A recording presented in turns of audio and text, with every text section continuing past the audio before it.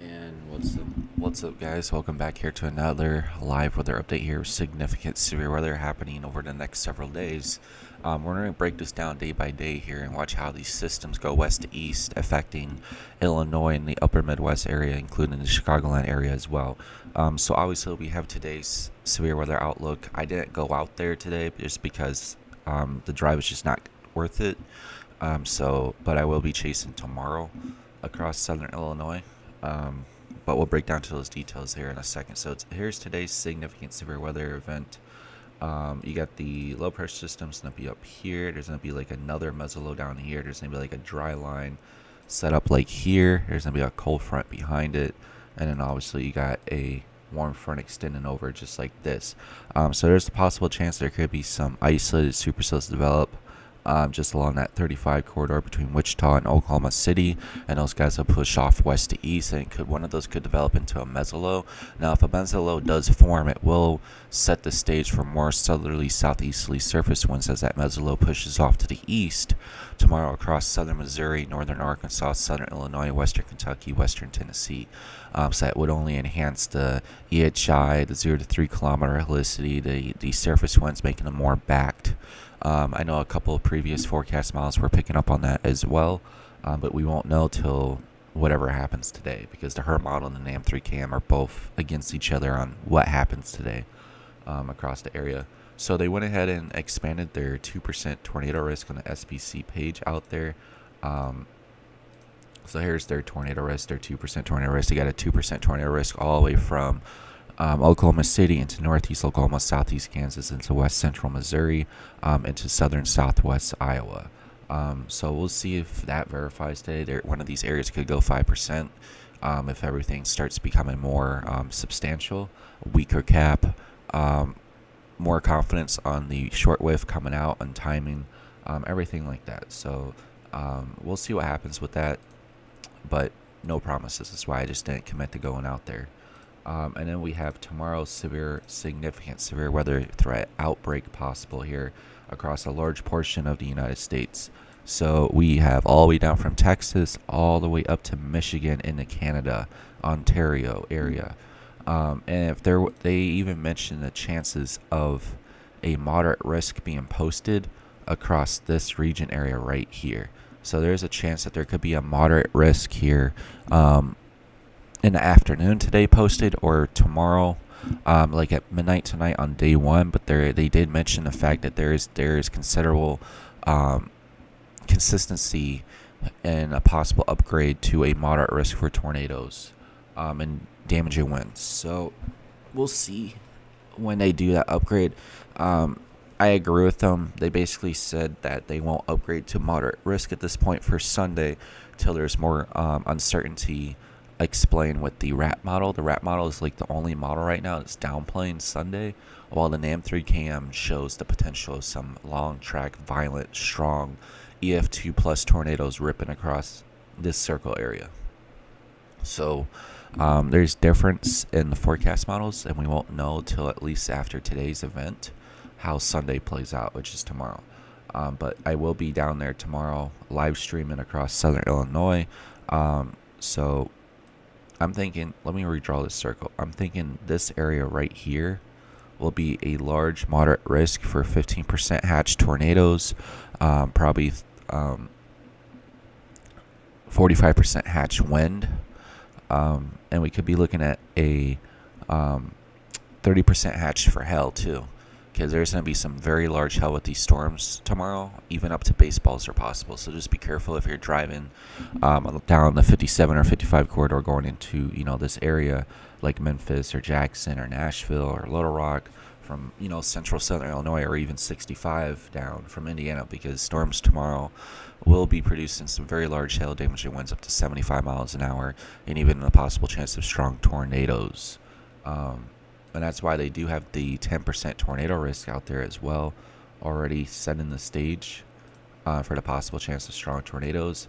It does look like that the tornado risk is cut off substantially from Joliet and upward. So the tornado risk does begin more substantially as you get south of this line, and that would be basically from Clifton, Illinois, southwestwards towards Bloomington area and Springfield. So in the 2%, you have a really low risk of seeing a tornado on Sunday, but the brown and south, that line here, you have more of a greater chance of seeing a tornado across the area, across central southern Illinois. So just be wary of that. Forecast can always change last second, but I think this is pretty much a really good forecast. And then you have the strong tornado risk outlined here across southern extreme Indiana, southern extreme Illinois, east the Boot Hill, Missouri, eastern Arkansas, west central Tennessee, and northern Mississippi. So there is a definite chance of some strong tornadoes down here across this region area here. But if they go moderate risk, this 10% will spread more north. And then it'll include that moderate risk here across this area. So it's just a waiting game to see what happens when they do include this. But then you also have the significant hail risk as well. So there's not only will these storms be rotating and really strong, a little wind shear, these storms will also be producing very large hailstones as well. And there's a large hailstone threat anywhere from Texas all the way into central northern Indiana, anywhere in the yellow, the black outlining circle, and also especially the red. Red obviously being the greater risk for hail, yellow still being a slight risk for hail. So that's there's definitely be some very, very large hailstones across multi-states on Sunday, especially in the red areas, so up to baseballs are possible. And then you also have the wind risk, which the wind risk does extend still right here into the Chicagoland area. So you are going to get some gusty winds from thunderstorms on Sunday. But there is a very large outlook area for strong winds up to 65, 75 miles an hour plus. So I think there's definitely a chance they could upgrade moderate, and then everything else gets pushed further north. So we'll see what happens, and we'll go from there. And then we look at day 3. Severe weather. The event from Sunday goes off to the east coast, obviously, into the downstate Dixie Alley, southeast coast, and to the east coast here. So the possible chances of some isolated spin-up tornadoes ahead of the cold front with the line, and then damaging winds as well. And then we go into Tuesday. The new system comes in. Here's the new system coming in, and this is Tuesday now. Tuesday highlighting the risk for severe weather here across portions of southern southwest Iowa, northwest Missouri, northeast Kansas, and Lincoln, Nebraska area. So I'm very curious what Tuesday actually looks like. So let's go ahead and check that out real quick, because I have not seen Tuesday at all on the forecast models. So I'm really curious what Tuesday is. And while we're up here, let's just look at Saturday real quick to see if there's any supercells getting spun up off the low. Did I make a bad or good decision? FV3 still painting the picture of some couple of supercells on a low today, so we'll see if that verifies for tomorrow. I wonder what model goes out to Tuesday. Well, the NAM model right now only goes out to 18Z on Tuesday. GFS obviously makes it all the way out to Tuesday. They're saying there's a chance of severe weather on Tuesday across that area, but I'm just not seeing it. Let's look at the European model. Maybe it's a late time event.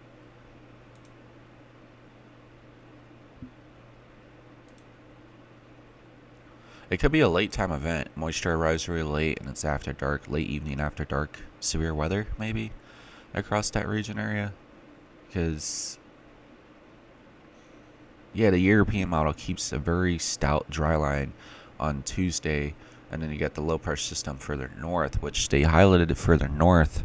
For Tuesday, you see Tuesday is basically way up here, but the European model has some really nice curved photographs on the dry line from Oklahoma into south central Kansas. So models could be all over the place. They probably see something we don't see yet. Let's go ahead and jump into Wednesday since we're already on here. Wednesday looks very substantial. Wednesday has the day of being another outbreak across Illinois, Indiana, in the same areas that are going to be happening on Sundays. So let's go ahead and check it out.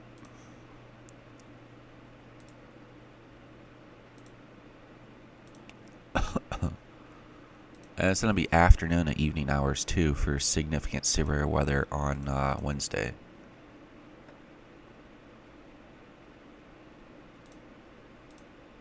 So you got your photographs, you got your instability here based on the GFS model extending anywhere from Arkansas into Boot Hill, Missouri. Just basically the same areas that Sunday is going to see severe weather. So this is Wednesday doing another repeat, but just greater moisture again, greater instability, stronger low-level jet, obviously.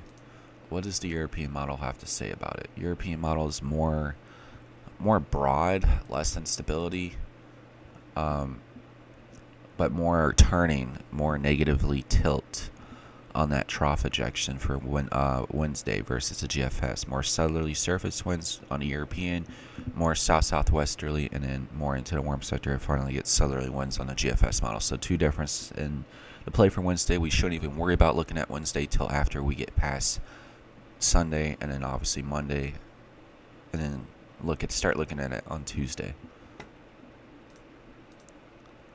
Let's go ahead and look at the 12Z HRRR model.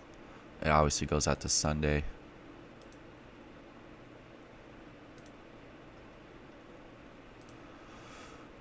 So the 12Z HRRR model definitely shown some decent supercells there across portions of southern Illinois into Missouri, northern Arkansas here. You can see there's definitely some supercell storms here firing on the Missouri and Arkansas border.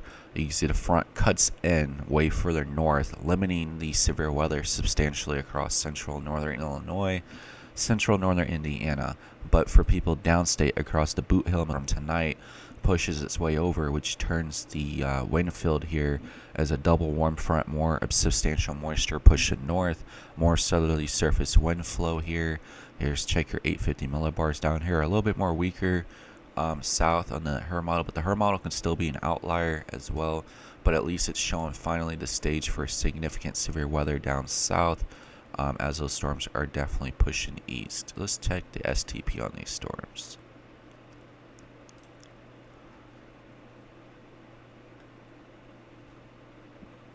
Yeah, it's showing 3200 Cape, 0 SIN, and that's on a currently moving supercell.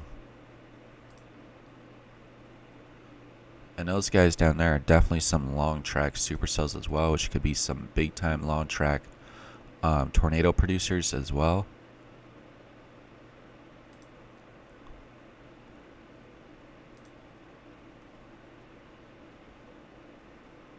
Now let's check the helicity tracks. So you got helicity tracks all across the Boot Hill, Missouri into southern extreme Illinois and western Kentucky. But I still think the HRRR model is definitely an outlier for tomorrow. So I'm just not going to buy into it yet.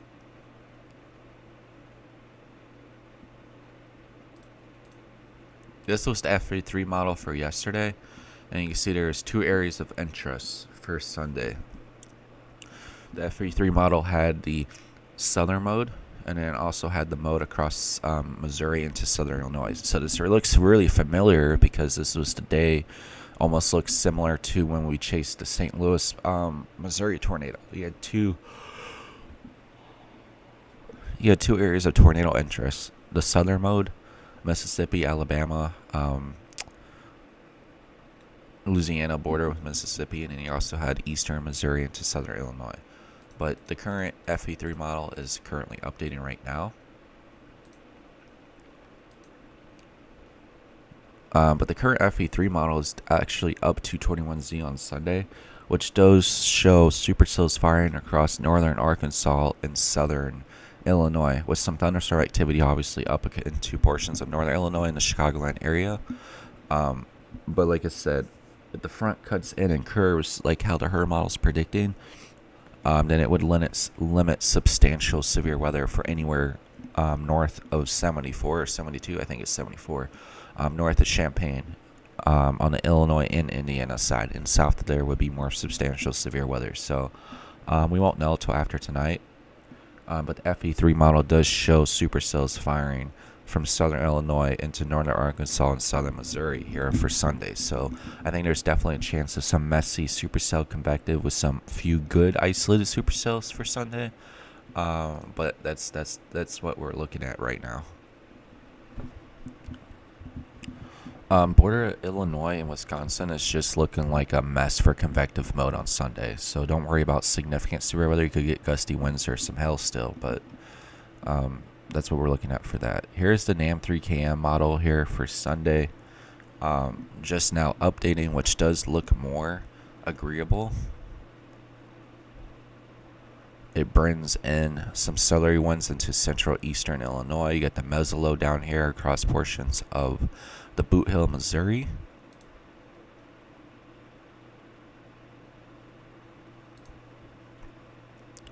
But you can see the NAM 3KM has broken line of supercells all the way from the Boot Hill, Missouri into eastern Oklahoma, and even some pop-ups start across portions of northeast Texas. That's very interesting. And the Cape values here just are substantially so high. You got like 4,500 Cape in Texas. But look at the photographs here across multi-states, which is what I think the NAM model is really much handling today and tomorrow very well, and that's what the SPC is kind of overlooking at this point, because no other model I look at agrees to what the SPC outlook says. So I'm just over every model right now, and I guess the NAM model is the one to look at. So, but the NAM model has some very high Cape values for Sunday. And 70 dew points racing north, trying to feed into this area. Every update, it's even pushing higher and higher. These dew points and that moisture just racing this far north, trying to get in there, squeeze some 70 dew points, will definitely be big time for long track violent tornadoes. Very low LCLs. This is just a surface-based Cape right here. This is just surface-based Cape right here, guys, for Sunday. Just wow. On the NAM 3KM just says wow. And then here's your STP accretion across the open warm sector in that area. These photographs get larger, very low LCLs, lower than 200, -6 cent, very weak cap inversion, very and largely curved photographs across the open warm sector here. Will set the stage for long track violent tornadoes with any substantial supercell.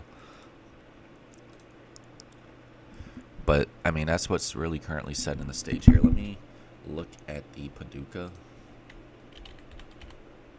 Let me see what they're saying here for...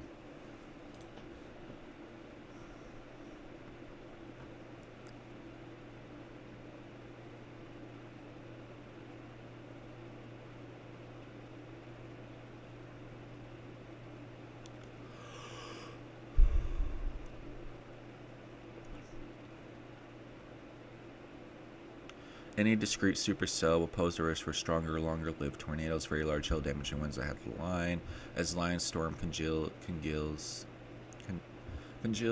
grows upscale through the evening, expect some bone segments and QLCS tornadoes. So it really just depends on if there's isolated supercells developed. I'm guessing that The moderate risk is going to be circle, where they think the best chance of isolated supercells out ahead of the line are going to develop. They're not being picked up by the forecast models because of that trough kind of poking into the open warm sector. So either way, on the front or the trough itself, there's going to be some definite isolated supercells because they both show a broken line of supercells. So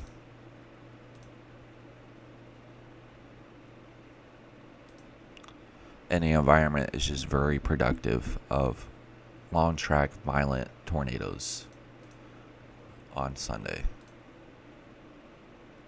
I mean, if I just do a box sound in between Kentucky, Tennessee, and Southern Illinois, I mean, that's substantial severe weather right there. It's definitely going to do it. Sunday, late afternoon, evening, into the overnight hours across portions of Southern Illinois, the Boot Hill, Missouri, Northeast Arkansas, Western Kentucky, Western Tennessee. You guys have to watch out for some long track violent supercells producing strong tornadoes or not. You can see the damn model's trying to pick up.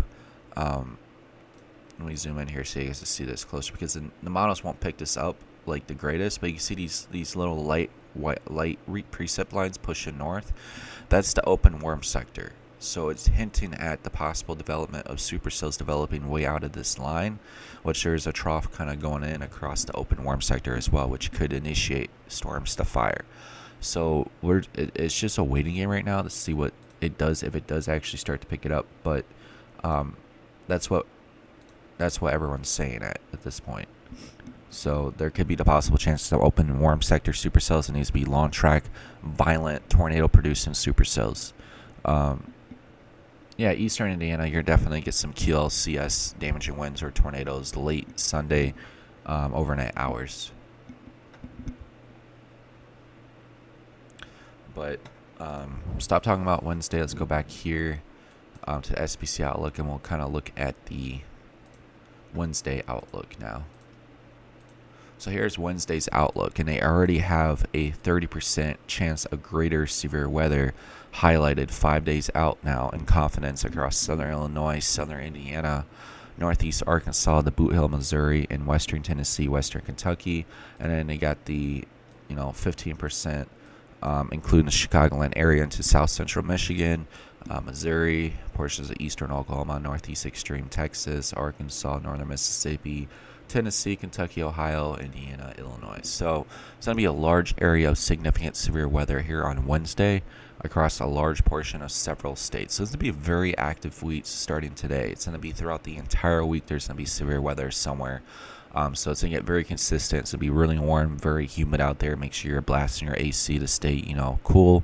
But this is all the details I have you right now at this point. But I do appreciate you guys coming to watch the stream. Also, if you have a business and would like to be advertised on my live streams or my page, make sure to reach out to me. You guys can also send donations to the page as well by sending money to my Zelle, which is pinned at the top in the comments. Zelle does actually help support the stream and funding when chasing. I do appreciate you guys watching. Stay tuned for more later updates, and it will be substantial over the next week or so. Stay tuned.